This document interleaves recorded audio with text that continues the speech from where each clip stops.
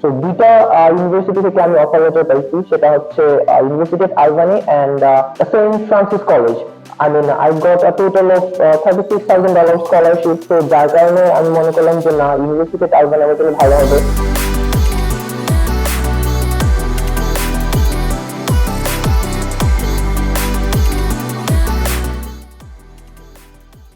Assalamu alaikum.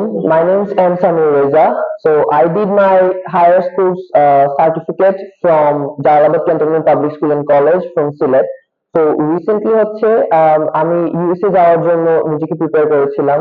So I did my IELTS in April and তারপরে হচ্ছে USA তে যাওয়ার একটা ইচ্ছা চলে আসে, বিকজ হচ্ছে আমার ফ্যামিলি থেকে বলা হয়েছিল যে ইউএসএ যাও, দেন ওখানে এডুকেশন সিস্টেমটা ভালো, তারপর হচ্ছে ভার্সিটির র্যাঙ্ক গুলা ভালো। সো আমি চিন্তা করলাম যে না, ফার্দার এডুকেশনটা ইউএসএ থেকে যদি নেই তাহলে হচ্ছে পরবর্তীতে একটা bright future I think create হইতে পারে।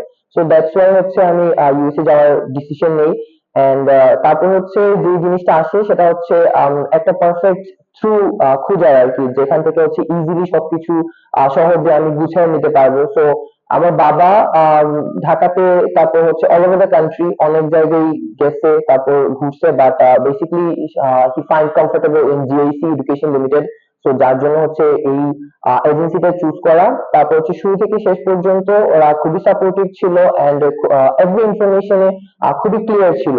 সো তারপর হচ্ছে ওদের থেকে আমার ডিসিশন নেওয়া যে একটা ভার্সিটি চুজ করা। So I personally recommended them to choose my university, which is University of Albany. It's the State University of New York. So আমি তিনটা ভার্সিটিতে বেসিক্যালি অ্যাপ্লাই করেছিলাম, University of Albany, then Saint Francis College and then Arkansas State university.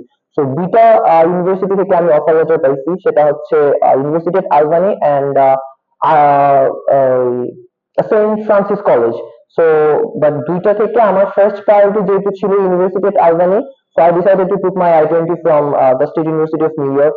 And তারপর হচ্ছে I got a overall band of I got a total of $36,000 scholarship. So যার কারণে আমি মনে করলাম যে না, ইউনিভার্সিটি অফ আলবানি আমার জন্য ভালো হবে। ফিনান্সিয়াল দিক থেকে হচ্ছে কমফোর্টেবল ছিলাম আমি। সো এভরিথিং ম্যানেজ করে হচ্ছে এই ইউনিভার্সিটিতে আমি পাবলিক হেলথ নিয়ে পড়াশোনার একটা চিন্তা করি।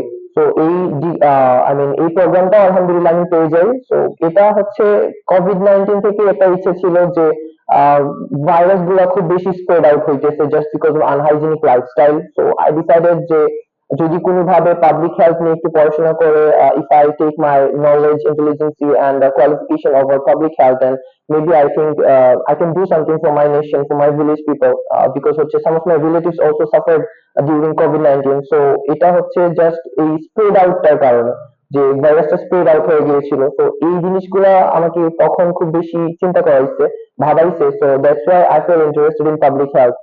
সো এই হচ্ছে আমার জার্নি ছিল।